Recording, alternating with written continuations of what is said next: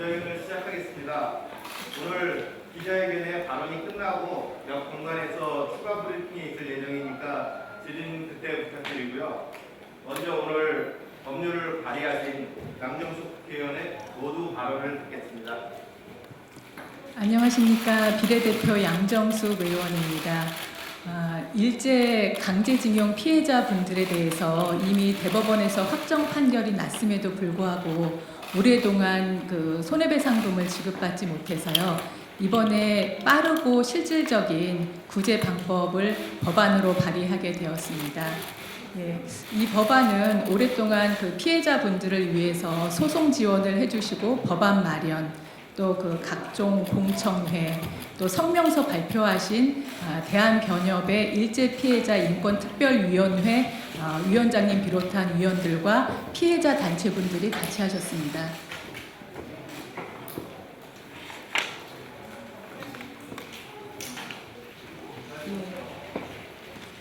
제가 그러면은 소개를 드리겠습니다.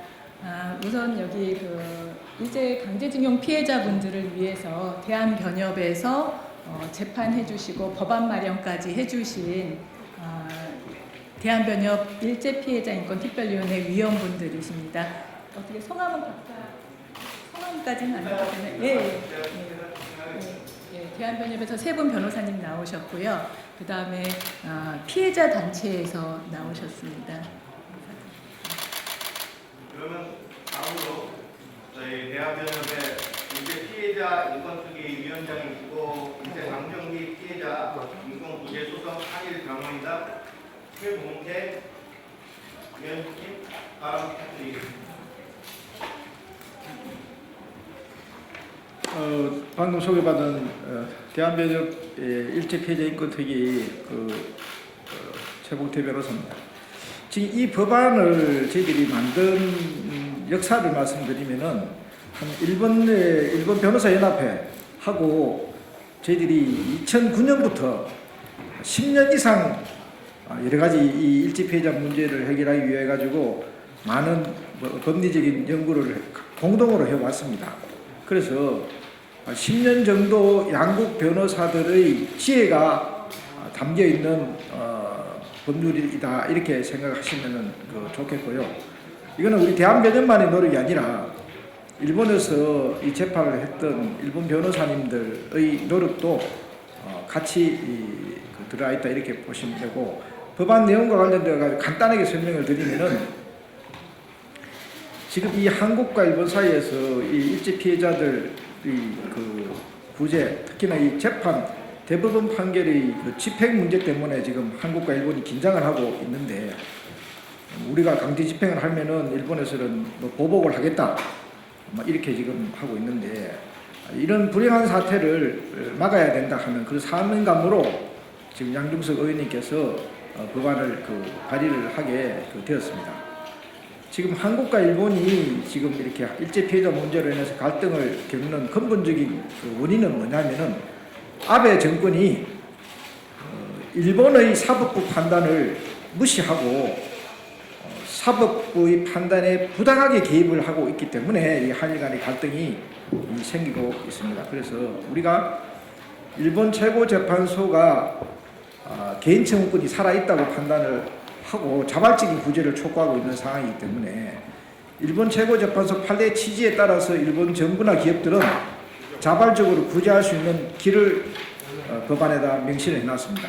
그래서 그 법안에 따라서 자발적으로 구제를 하게 되면은 신탁이라는 법리를 통해서 합니다만은 이게 법률상 화해가 되도록 한일 간의 화해를 촉진시키는 내용으로 되어 있고요.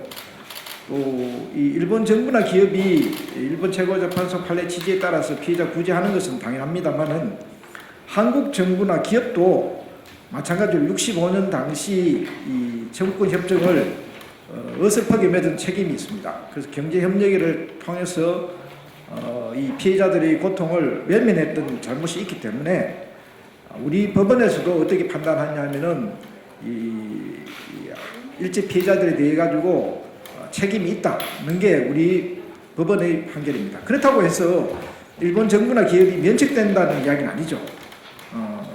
그래서 우리 법원의 판단에 따라서 이 피해자 인권재단에 우리 정부나 기업들도 출연을 하도록 그렇게 되어 있습니다. 그래서 양국 사법부 판단을 존중한 형태의 법률안으로 이렇게 되어 있다, 이렇게 말씀을 드릴 수 있습니다. 그러면 이 법이 만들어지면은 어떤 이제 장점이 있느냐 하면은 재판을 하지 않는 피해자들의 문제도 해결이 가능합니다.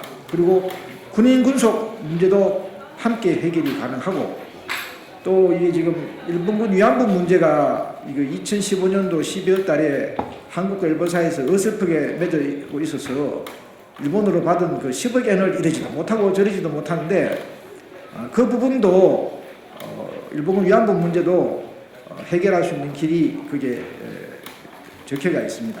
그래서 지금 이게 징용자들에 대한 판결이 한일 간에 이렇게 갈등이 되고 있는데, 만약에 일본군 위안부 피해자들에 대해 가지고 우리 사법부 판결이 난다 그러면은 한일 관계는 더 경랑에 빠질 가능성이 많습니다. 그래서 그 판결이 나오기 이전에 합리적으로 해결할 수 있는 길도 이 법안의 취지에 따라서 만들어져가 있습니다. 그래서 그런 내용으로 이 법안이 만들어져 있다고 말씀드리고, 15조와 16조를 주목해가지고 좀 보시면은 그 핵심이 들어있는 거니까 이해하시기가 좋을 겁니다. 나중에 질문 관련돼 가지고 있으시면은 좀 상세히 설명을 하도록 하고, 법안의 개요와 지금 이 법안을 발의하게 된 배경, 양국 변호사회가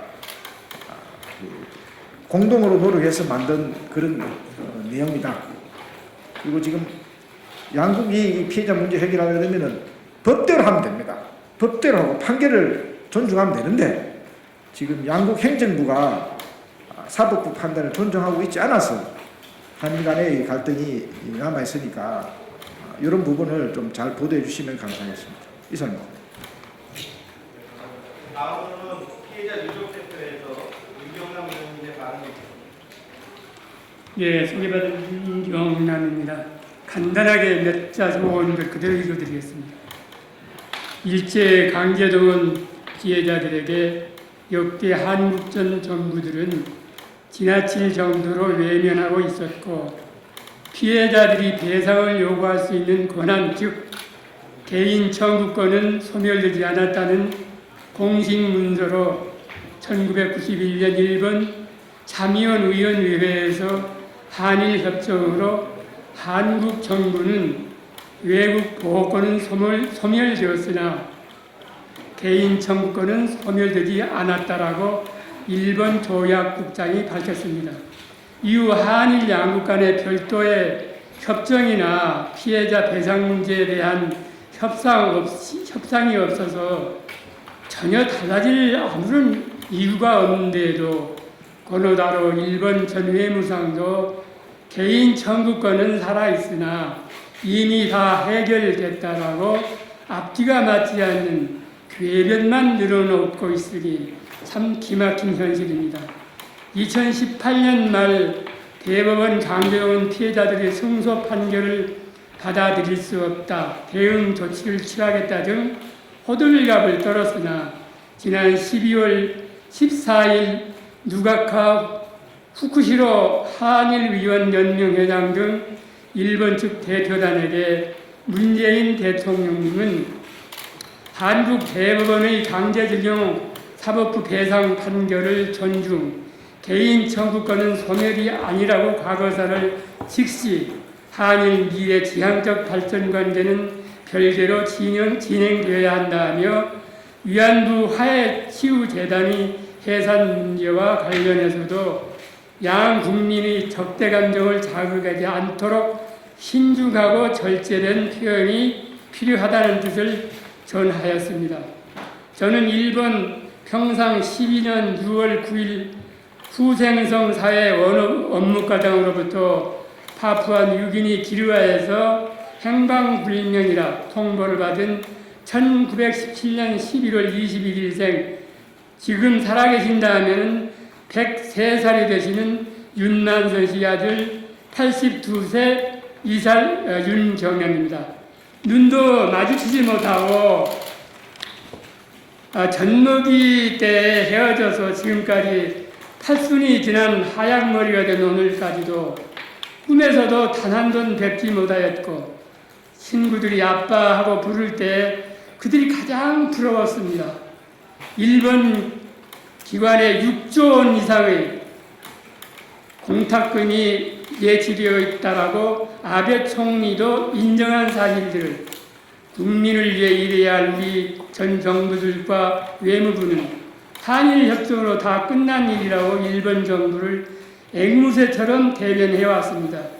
이 같은 사실을 모를 리 없는 일본 외무성은 손바닥으로 하늘을 가리려 하고 있고 우리 전 외교부 실무진들도 일본 정부에 패기치면 안 된다는 생각에 일제 피해자 문제에 가급적 외교 현안이 되지 않게 하려 혈안이 되어 있는 사실입니다. 우리 외교부는 2011년 8월 30일 헌법재판위원 결정에 따라 일본 정부와 외교적 협의를 하고 해법이 다르면 대안을 찾아 신속히 법적 분쟁을 종식화시켜야 한다. 현 시점에서 유사한 소송이 이어질 거라는 주장도 있는데 이것은 바람직하지 않다는 것입니다. 왜냐하면 한일 양국 사법부의 판단을 존중할 해법이 이미 나와 있기 때문에 불필요한 재판을 할 필요는 없는 것이고 현재 계리 중에 있는 재판들도 화해를 통해 장시간 이어지는 것보다는 한일 양국 변호사협회의 공동 노력으로 만들어져 현재 국회에 계류 중인 일제강점과 강제동원 피해자 인권재단 설립에 관한 법률안을 통과시켜 일괄 구제의 해법을 취해야 할 것이라는 전문인들의 전언이 있습니다. 강제동원 해법 법안 대법원 판결 전체 일본 기업 책임 소멸이 안 된다는 기업화의 미래재단 일본 기업을 대신해 대의 변제를 하고 민법상 화해가 성립된 것으로 보기 때문에 부상권은 재단에 남아있다 하면서 대의권을 행사한다는 것 자체가 채권을 인정하는 것으로 따라서 일본 기업의 책임이 소멸되는 것이 아니다라고 20대 문희상 전 국회의장은 홈페이지에서 밝혔으며 일본의 사죄는 정치적인 것으로 정상 간 협의와 합의와 선언에 담아내야 한다는 것이며 양국 정부가 충돌만 거듭할 뿐 한 걸음도 내디디지 못하는 상태에서 의회의 전 수장으로서 용단을 내린 문희상 전 대표 발의한 기부금법을 수정보완 보상법으로 21대 국회에서 양정숙 의원 대표 발의로 통과시켜 주십시오. 저 늙은이들의 평생 수건이었습니다. 아빠 한 번 불러보지 못한 소원 꼭 풀어주십시오. 감사합니다. 그리고 군사우편 저음이 현재 그걸 찾아와야 되는데 못 찾아오고 있습니다. 여기에 대해서 강력하게 요구합니다. 꼭 찾아주시도록 여러 언론인 여러분들께서 협조 부탁합니다. 감사합니다. 이상으로 기자회견을 마치겠습니다. 브리핑은 옆에 공간에서 진행하도록 하겠습니다.